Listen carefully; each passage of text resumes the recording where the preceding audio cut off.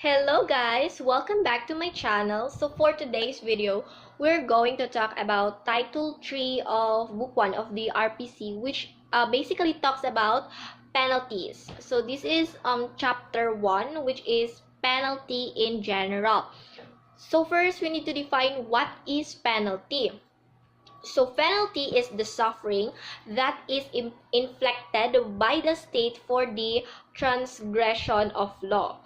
So it is a punishment imposed by lawful authority upon a person who commits a deliberate or negligent act. It can be imposed only by virtue of a final judgment. Thus, any suffering which is inflicted by the state prior to the finality of the judgment legally is not considered a penalty but merely a measure of prevention as provided for under Article 24 of the Revised Penal Code, which I will be doing a separate video for that. So when we say penalty, it means punishment. Yun bang pag sa bata ka pa, kapag nakagawa ka ng mali, tapos papaluin ka ng nanay mo or ng tatay mo. So, that is a penalty. Yung kaibahan lang is yung state yung nagpaparusa sa atin kung magkakasala tayo or malalabag natin yung batas ng ating bansa. So, ganun. So, what is the concept of penalty? So, penalty in its general sense signifies pain, especially considered in the juridical sphere.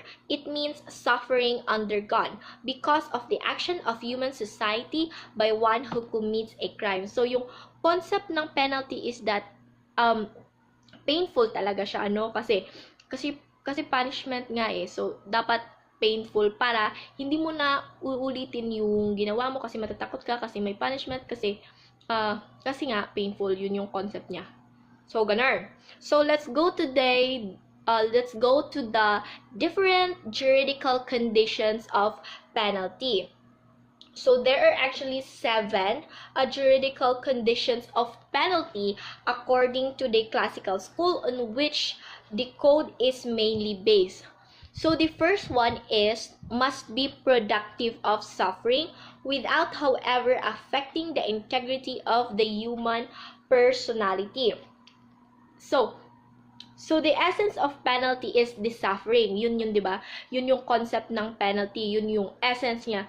That someone can feel pain pag pinatawan siya ng punishment, di ba? So, the essence of penalty is the suffering or the pain inflicted upon the person who violated the law. So, if instead of pain or suffering, the state will provide leisure and pleasure to the violators, the society will be in a state of anarchy, since the commission of crimes will be, in effect, be rewarded. So, meaning, dapat yung crime is painful talaga siya. Kasi kung hindi siya painful and it provides pleasure sa mga tao, so parang ini-encourage nila yung mga tao to commit a crime. Ganon. So, number 1, again, it must be productive of suffering, painful. Second one is it must be commensurate with the offense. So, different crimes must be punished with different penalties. Meaning, in accordance with the characteristic. So, the penalty should depend on the gravity or severity of the crime committed, the duration of the imprisonment, as well as the kind of accessory penalties accompanying the principal penalty depends on the nature of the crime for which the culprit is being punished. Thus, all penal laws have to clearly define the act or acts to be punished, and the specific penalty, therefore, which should take into consideration the danger which the perpetrator has posed to the society. So, the second one is penalty must be commensurate. So, commensurate means yung bigat ng penalty na ipapataw sa'yo is dependent dun sa bigat ng crime na ginawa mo. So, for example, kung rape yung na-commit mong crime, di syempre mabigat yung punishment sa'yo, di ba? Compare dun sa example, nagnakaw ka lang ng maliit na value na thing or So, yung bigat na ng punishment must be according to the basta yung bigat ng punishment na ipapataw sa'yo is according dun sa basta basta yung bigat ng punishment na ipapataw sa'yo is depende siya dun sa crime na ginawa. So, number 2, penalty must be commensurate. So, number 3, a penalty must be personal. No one should be punished for the crime of other. So, this means that the culprit must be the same person who should serve the penalty. He could not transfer the burden to other persons or let other persons serve the penalty for whatever consideration. Meaning, yung penalty is dapat personal. Kung ikaw yung gumawa ng crime na yon, ikaw yung magsasuffer ng punishment. Hindi mo siya pwedeng i-transfer sa other person na, for example, pwede bang siya na lang yung sasalo sa punishment na ginawa ko. So, it is personal. So, kung ikaw yung gumawa, ikaw yung magsasuffer. So, the fourth one is that it must be legal. It is the consequence of a judgment according to law. So, in other words, the court could not impose any form of penalty other than those provided by the law. It must abide with the constitutional precept that a punishment should not be cruel, unusual, and excessive. Thus, the imposition of the penalty of castration for those guilty of the crime of rape would be illegal, since castration is not one of those penalties enumerated under Article 25 of this code. Meaning, dapat yung penalty is legal. Meaning, kung ano yung nakasulat na sa batas for the penalty of this crime, yun yung susundin. Hindi yung, for example, nagnakaw ka, puputulan ka ng kamay. O hindi naman nakasulat yun, so hindi yun susundin. So, dapat, it must be legal, no? Kung walang penalty for that crime, so what? So, hindi yun matatawag na crime or walang penalty na ipapataw sa'yo. Diba? The fifth is that it must be certain. So, the penalty must be certain. No one may escape its effect. So, a penalty should be specific, definite, and should not leave any doubt nor subject to the same to interpretation by the authority who will execute it or by the convict who will serve it. It must not express in the alternative as to give the convict the right to choose which penalty to serve or the warden the option to choose which penalty to impose. So meaning, dapat yung penalty is certain. Dapat yung penalty meaning is fixed. Hindi yung may option na papipiliin ka. So dapat fixed siya, clear, and it's not ambiguous. So, yun. The sixth one is that penalty must be equal for all. It must serve as an example to deter others. So, in theory, the imposition of appropriate penalty will also serve as an example to deter others from committing a crime. It is presumed that when others will learn that by violating the laws, a person will be exposed to a difficult life in prison with an uncertain future away from the comfort of the protection of his families and friends, a person will contrive to avoid committing a crimes. So dapat yung crimes is equal siya for all the people. And also, the crime must also serve as an awareness para sa mga tao na dapat hindi sila mag-commit ng ganong crime kasi mabigat yung punishment ng ganito. So, parang nagsiset din yung penalty as an example para yung ibang tao is matakot sila na lumabag sa batas. Ganon. And the last one is that it must be correctional. So, one of the basic purpose of a penalty is to reform the offender and make him overcome his criminal propensity while in prison. It is then the assumption, rightly or wrongly, that a convict will consciously regret his criminal act by reason of the loneliness and hardships which he will suffer and experience in jail, and in the process will aspire to correct himself so that he will emerge a reformed man after serving his sentence.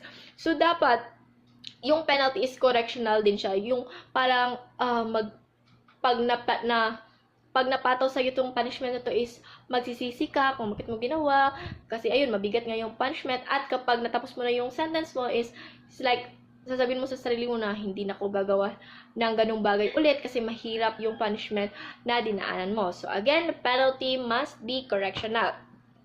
So ulitin natin yon, 7 na yon. So number 1, it must be productive of suffering, dapat painful. It must be commensurate, based on the yung bigat ng penalty based doon sa bigat ng crime na na-commit mo. Next one, it must be personal, yung ikaw mismo yung magsasuffer ng penalty sa ginawa mong crime. Fourth, it must be legal, so dapat kung ano yung nakasulat sa batas, yun yung punishment na ipapataw sa'yo. Fifth one, it must be certain, it must be fixed, definite, it's not ambiguous. So kung parang specific ba, yung crime na to, ganito yung punishment, yung walang option, yung mamimili ka kung saan yung punishment na gusto mo, dapat fix yung penalty. And the sixth one is it must be equal for all. It must be equal for all, and at the same time it will make us an example to the society, or it will serve as an awareness sa lahat na wag gumawa ng crime na ganito kasi mahirap yung punishment niya. And then the last one, it must be correctional, like after mo makommit ng crime, parang magre-regret ka kung bakit mo siya ginawa at hindi mo na siya gustuhin gawin pa kasi mahirap yung punishment na naranasan mo. So what is the purpose of the state in punishing crime? So the main purpose of the state in punishing crime is to secure justice. So the state has an existence of its own to maintain, a conscience of its own to assert, and moral principles to be vindicated. So penal justice must therefore be exercised by the state in the service and satisfaction of a duty, and rest primarily on the moral rightfulness and punishment inflicted. So again, yung main purpose kung bakit nagpapunish yung state is to secure justice. So let's go to theories justifying penalty. Mga theories na nag-justify ng penalty. So number 1 is prevention. The state must punish the criminal to prevent or suppress the danger of the state arising from criminal acts of the offender. So yung penalty is for prevention, no? Para ma-prevent yung mga criminal na mag-cause ng danger sa ating bansa or sa state. Second one is self-defense. So the state has a right to punish the criminal as a measure of self-defense so as to protect society from the threat and wrong inflicted by the criminal. So yung penalty is also for a self-defense para sa mga tao or members of the society against those people na gustong mag-commit ng crime. So, penalty is for self-defense. The third one is for reformation. So, the object of punishment in criminal cases is to correct and reform the offense. So, reformation, yung para bang babaguhin niya yung tao, as in magre-regret siya kung bakit niya ba ginawa yung crime na to, ganun. So, para hindi na siya uulit at makorek yung ginawa niya. No? And then, the fourth one is exemplarity, which in the criminal is punished to serve as an example to deter others from committing a crime. So, it will serve as awareness to the members of the society na hindi sila mag-commit ng crime kasi mahirap yung punishment. So, parang nagsiset sila as an example. No? And the last one is justice, of course. That crime must be punished by the state as an act of retribution, as an act of retributive justice, a vindication of absolute right and moral law violated by the criminal. Now let's go to social defense and exemplarity justify the penalty of death. So when a person has proved himself to be a dangerous enemy of society, the latter must protect itself from such enemy by taking his life in retribution for the offense and as an example of warning to others. This is under the case of People versus Carillo 85 Phil 611635. Now let's proceed to the penalty under this code, which has threefold purpose. So the first one is retribution or expiation. The penalty is commensurate with the gravity of the offense. Okay? Kung gaano kabigat yung na-commit mong crime, ganun din kabigat yung penalty sa'yo. Then, correction or reformation, as shown by the rules which regulate the execution of the penalties consisting in deprivation of liberty. Correction and reformation. Again, yung makokorek ka sa ginawa mo mali. Ganun.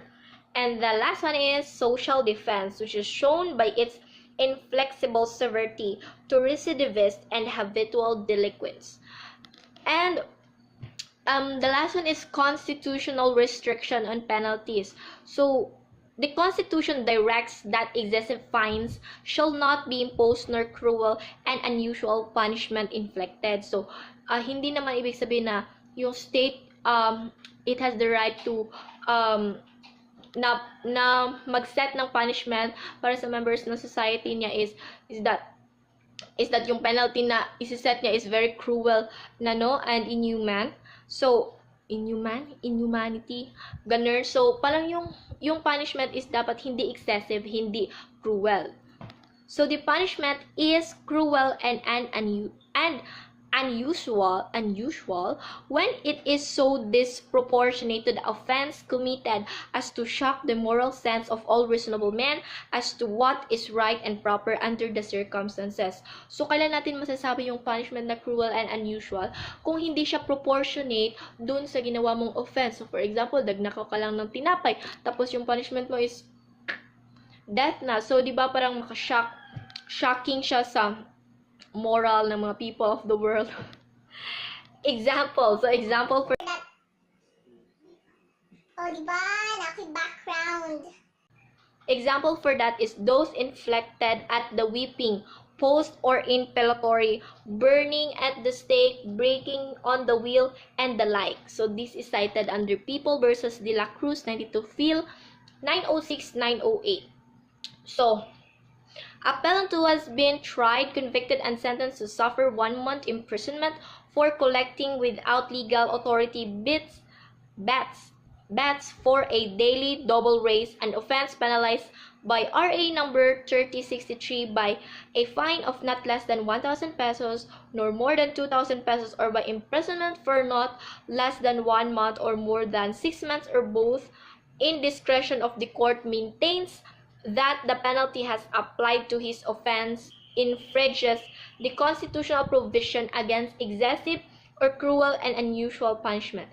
It holds that neither fines nor imprisonment constitutes in themselves cruel and unusual punishment, for the constitutional stricture has been interpreted as referring to penalties that are inhuman and barbarous or shocking to the conscience. And fines or imprisonment are definitely not in this category. So that ends my video. So this is actually an introduction to Title 3 of the Revised Penal Code, which talks about penalties. So thank you so much for watching.